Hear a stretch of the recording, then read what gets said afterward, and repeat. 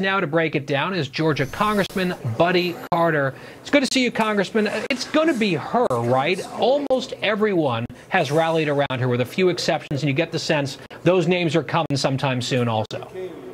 Yeah, but it's going to be her. I mean, let's face it, they don't really have any other choice. And what a pitiful situation to be in when she's the only choice. Let's keep in mind now, they have disenfranchised 14 million American voters by the Democratic bosses now making the decision on who the nominee is going to be, ignoring the will of 14 million people.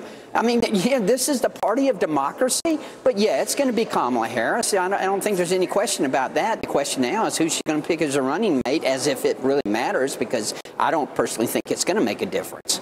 All right, we'll talk about the potential running mate situation, but to the point you just made, and I've kind of made the point as well on the democracy issue here, what the response is from Democrats is, well, Kamala Harris actually was voted for in a way. Watch this.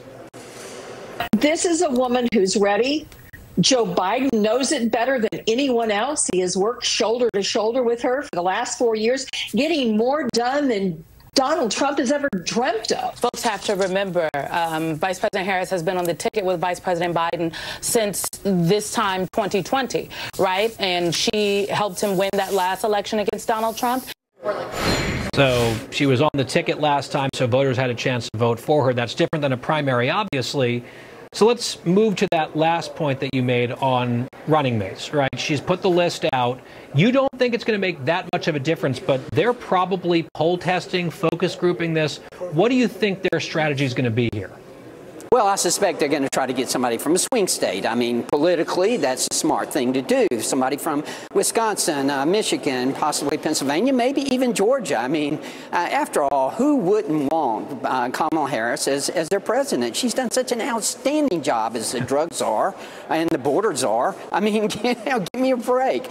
Let's make no mistake about this. The policies of this administration are the policies of Kamala Harris. This is the Biden-Harris policies that we have suffered through for the last 3.5 years that have led to record inflation more than in the past 3 decades, that have led to the border being the worst situation that it's been, that have led to a weakness of America abroad, that have led to crime. All of this has Kamala Harris's fingerprints all over it. She was also central to the whole lie that Biden was just fine until it became abundantly clear. Even they couldn't keep that lie going after the June 27th debate. But it's interesting, Congressman, we're seeing some of this jujitsu now on the left. They have dispensed with their nominee, who's 81.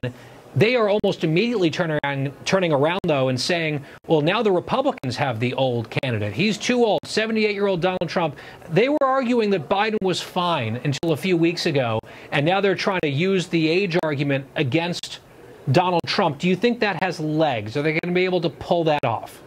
No, it doesn't have legs. Look, age is just a number. I'm a healthcare professional, a pharmacist, and I can tell you, I know 80-year-olds. My mother-in-law is 96 right now. She's sharp as a tack mentally, and I mean that. And you know, Donald Trump, I mean, I've talked to President Trump on numerous occasions. I can tell you, he's as sharp as they come mentally, and I have all the confidence in the world. So, yeah, people age differently, and we have to keep that in mind. Yeah, I think that's exactly right. Just like the shamelessness, defending Biden when we could all see what was happening. Now they're going to try to turn the argument against Trump. Not sure it'll work, but I agree with you on that one. Congressman Buddy Carter, Georgia, thanks for stopping by. Thank you.